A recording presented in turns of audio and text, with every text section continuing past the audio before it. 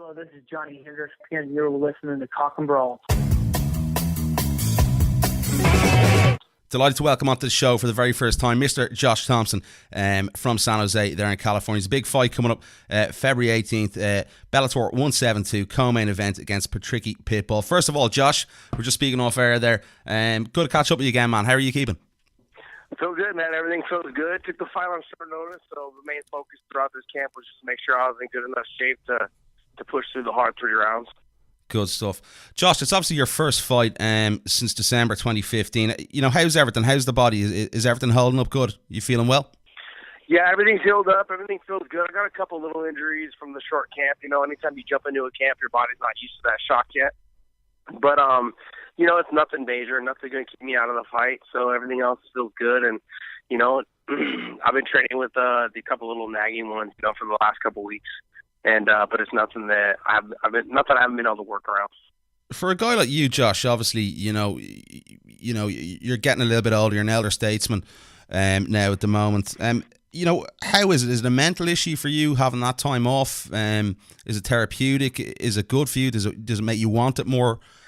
How's the mind? You know what I was trying to tell people is that I'm just enjoying this right now. You know, I'm enjoying the training camps. I'm just spending some time, you know, with the guys, you know, in the, you know, in the gym, and you know, and enjoying just, you know, being around all the guys right now. Like, my focus right now is just enjoying the ride for the last couple fights. You know, I don't know if it's one fight, I don't know if it's 5 more fights. Yeah. But whatever it is right now, I'm enjoying, you know, these last little bit, you know, and you know, before I say goodbye. That's it. Like, I don't think most athletes, when they start a football season or they start a basketball season, you know, they're thinking to themselves, you know, this may be the last one, but I don't know.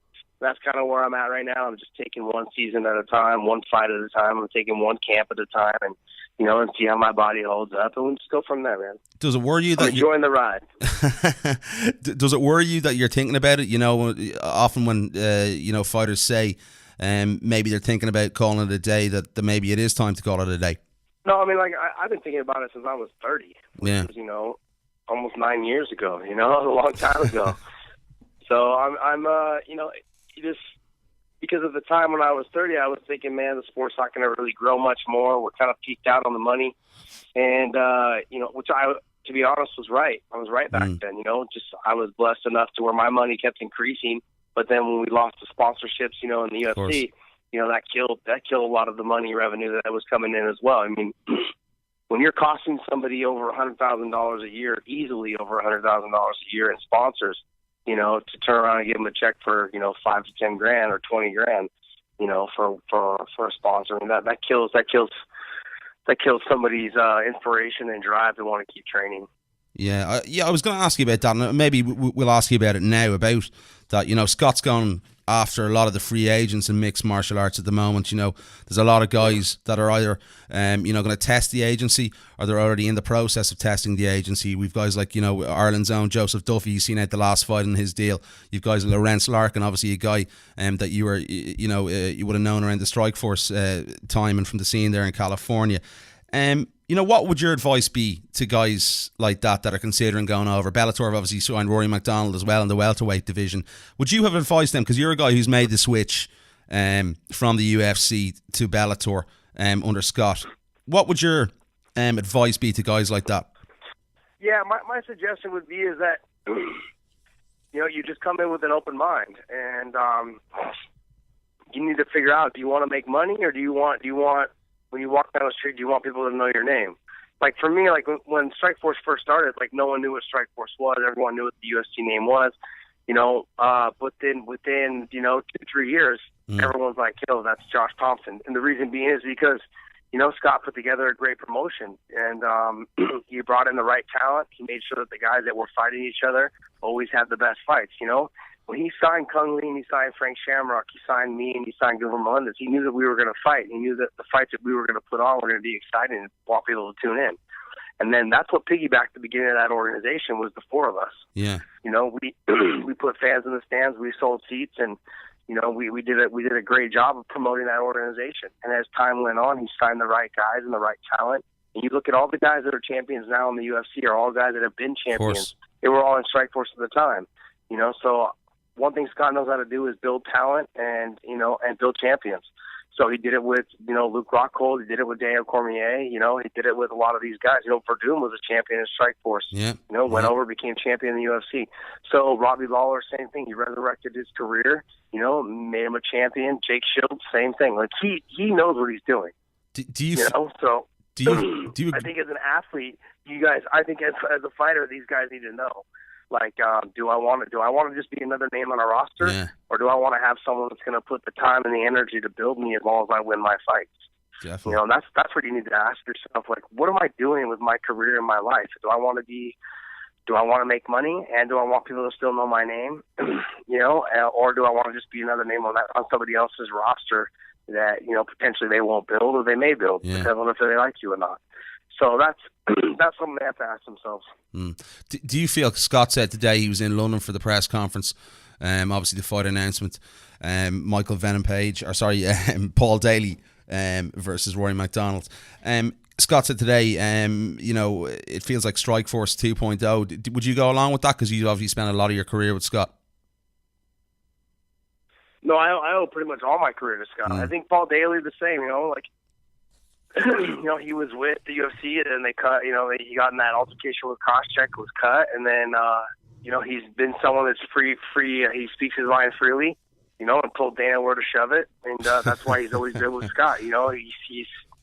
Scott was loyal to him, and now he's been returning the favor and being loyal to Scott, and that says a lot about the promoter, and that says a lot about the organization that he represents.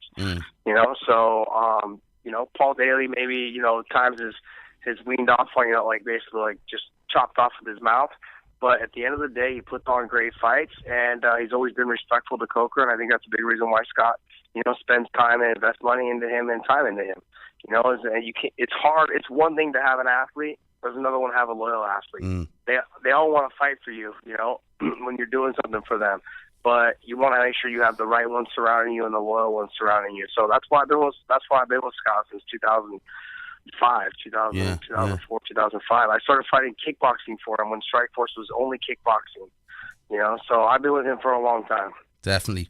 Getting back to the upcoming fight, obviously next weekend against Patricio Pitbull. Is this the fight you really wanted? Obviously, there's been a lot of trash talk from Michael Chandler's end. It was his preferred fight. Was you? Is this the one you really want? The Benson one? No, the fight coming up at the weekend. Would you prefer to have Michael Chandler because of what he's been saying? No, I mean, Chandler was offered the fight. He turned it down. Yeah. So, honestly, when it came down to it, the decision on me whether I was going to stay on the card or not because Chandler wasn't available, it really just came down to how would you not want to be the co-main event on the biggest card in Bellator history? Yeah. That makes me question any fighter's desire to be well known and to be the next star. Like, how do you not want to be on this card? This is the biggest card Bellator's ever put on in the history of Bellator. Yeah. How do you not want to be on this card? And not only not be on it, how do you not want to be the co-main event? So that to me was shocking. It was shocking, but at the same time, I guess he got a title to protect, and he wants to make sure he doesn't lose it. So that's what he does, which is fine. I understand that, but I'm just thankful that Patricky stepped up. Was encouraged. I was actually having doubts whether I was going to fight Pitbull or not because I was like, I really just signed up for the Chandler fight. I said I agreed to the Chandler fight. I was like, we're both not really training that hard, so it's going to be a battle of who wants it more when it comes down to the fourth and fifth round. You know what I mean? So when Pitbull was offered to me, I was like, I wasn't really You've more to lose. Didn't obviously. really do anything for me. It just wasn't really. That was never in my mindset. So when the opportunity came up, I was like, But now that I told the Bellator, I said, hey, give me about a day to think about it. I thought about it for a day, and I came back to the same conclusion I just said. I said, how could you not want to be on the biggest card, in Bellator history with Fedor as the main event and you as the co-main event? How could you not want it? So why do you think it is? Do you think maybe he's been saying one or two things as well? He said he saw you at a golf outing, you were trying to be buddy with him. He said he believes you're afraid of his right hand, you're afraid to fight him. He's the one who's not stepping up. Why do you believe that he doesn't want to fight you? No, I think that he wants everything to be planned and laid out and in a schedule. But that's not how the fight world works. Sometimes you get calls and you're like, hey, we want you to fight this guy. And you got to step up and fight the guy. You know, and look, the opportunity was there for me to fight him last April or May or whenever it was. And I got injured. I came out. I got offered the fight again, and, you know, it just was a timing thing. I wasn't training at all throughout the summer because I had already told myself after I got injured I was going to take the rest of the year off. The opportunity came up for me to fight him again like in September or October. I was like, I'm just going to take the rest of the year off, you know, get my body fully healthy, take some time, work on my strength and conditioning and things like that. And the opportunity for Benson and him to fight came up, which was perfect for them because I would rather have the two of them fight, and then I'll fight whoever is still standing when the dust settles. It worked out better, you know, and that was kind of my whole thought process on it. Like, let those two guys fight it out, see what happens, and who knows? Maybe I'll fight Ben first. For me, I've got a lot on my mind as far as I do what I want when I want. If I want to fight Ben first, I'll fight Ben first. If I want to fight Chandler, I'll fight Chandler. Look, I love the organization. I love Bellator, you know, but when they called and asked me to fight on this card on 5 weeks' notice, I was like, how could you not want to step up and fight for these guys? So if they call me again, you know, and say, hey, you know, we'll probably get you ready for Chandler, you know, I'm going to probably say yes. You know, I mean, don't get me wrong, though, that doesn't mean that Benson's in the clear. I still want that fight back. Yeah. Are you fully motivated for this fight that's coming up? You know, yeah, I can't say that. I don't really say it's motivation because it's different. Like when I was younger, I was focused on everything I was doing. This is different. I'm enjoying what I'm doing right now. I'm enjoying the last whatever fights, however many I have left. I'm enjoying the training. I'm enjoying the guys in the gym. I'm enjoying, you know, hanging out and training with all these guys. I'm enjoying the camaraderie around all of it being together. That's what I'm enjoying right now. So it's a different type of focus. I'm just really taking it all in and enjoying this last little bit of what's going on. Do you think, you know, he's coming off a big loss to Chandler as well, that sort of nasty knockouts and knockouts of the year? Do you think that's going to play a significant factor come fight night? No, I mean, I was just more looking at, like, I'm interested in both fights, whether it's Benson or whether it's Chandler. Yeah. You know, so I mean, I'm excited to see what happens. Definitely. Who wouldn't like to see those two fights happen? Absolutely, you know, barn burners off the bat. Just a couple of more things for you. I do appreciate the time, Josh. Josh, obviously a teammate of yours, Khabib Nurmagomedov, has a big fight coming up against Tony Ferguson. Tony's a guy that you fought in San Diego. I believe it was your last UFC fight. I just want to get your thoughts on that fight. And, you know, from a guy who's fought Tony Ferguson, how do you see that playing out? Obviously being close teammates with Khabib as well. I think Khabib's just a whole different animal. I think besides the cuts and things like that, I think that as long as he can avoid the cuts, I think that he'll be fine. Yeah. You know, it just comes down to, my thing is if he can avoid being cut, I think that he's got a great opportunity to win it. Yeah. Okay. Definitely. Yeah, you know, physically, the strength and the physical endurance, the wrestling, the positioning and stuff, I would give to Khabib, and not just because I train with Khabib, but after watching the fights, and seeing and competing against Tony. Knowing where his strengths are and stuff, and seeing where Khabib's strengths are after training with him all the time, I just personally feel that Khabib has the upper hand. Now, that's not to say that Tony wouldn't be able to do something. I just feel that the upper hand is too much for Tony in the areas that it's going to take for Khabib to win the fight.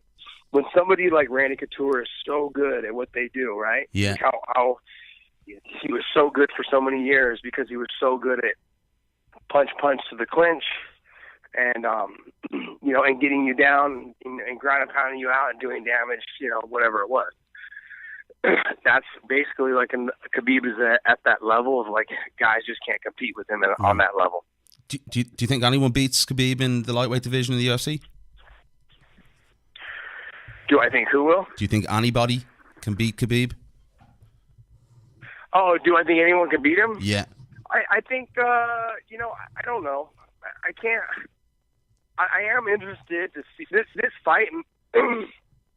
this fight's interesting. The reason why I say it's interesting is because Tony has just a different style. Yeah, he's very orthodox. You know, so stylistically, he's different. That's why I think the Conor fight is interesting as well, because stylistically, it's just interesting. I don't see any of those guys being able to stop Khabib's wrestling. And it's not just the takedowns. It's just the positioning, it's the throws, it's the strength. I mean, I don't think people seem to understand. Khabib came into camp, 4 weeks ago, and he was 198 pounds. Wow. I mean, he's a big guy. He's got extremely strong legs. He's he's got a great clinch, great body work. I mean, he's been working a lot on his boxing. His boxing's getting really good. His wrestling is second to none. I haven't really wrestled with a lot of guys that have his style of wrestling. I think what also throws people off is that his wrestling isn't just collegiate style wrestling. He goes from single leg to single leg to body lock to throws. I mean, his style is something that not a lot of guys train, that Sambo style. Yeah. So it's just something that throws off people. Like when you get them in the gym, you're like, oh man, I haven't seen that. Oh man, okay, how did he get that? You can normally stop guys that don't do that style all the time because their technique is not proper, their positioning is not proper. But his is impeccable, and that's the thing that makes him dangerous, is that he's got a style that not everyone has. Yeah, fight I can't wait for at UFC 209. But Josh, getting back to you, a couple of more things before we wrap it up now. Josh, big win for you on Saturday night. How's it going to go down? Yeah, I think with Pitbull, man, I gotta stay out of his range. I can't stand directly in front of him. He's just dangerous when guys get into that slugging match with him and they want to trade with him.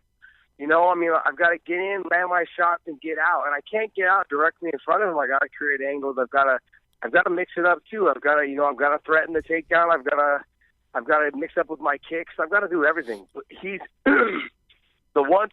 He's kind of like I was trying to say, that one thing he does really well is he gets guys to come in and box with him. And when they come in and box with him, he's just like, boom. And when he clips you, man. It's over. The fight's done. Definitely. So you got to be real cautious. You got to be real cautious of those kind of guys, because when you do that, if I get carried away and stand in front of him thinking, okay, I landed a shot, stay there, boom, and you get hit, fight's over. Definitely. So you got to be cautious of those kind of guys that have that kind of power. Big win, Benson Henderson and Michael Chandler. Will we see those fights sometime this year, maybe? Yeah, we're going to see those fights probably before I retire. We'll see both those fights. Excellent. Josh, it's been a real pleasure to have you on the show. Do appreciate the time, my friend. Good to catch up again. Best of luck. All right, bud. Take it easy, man.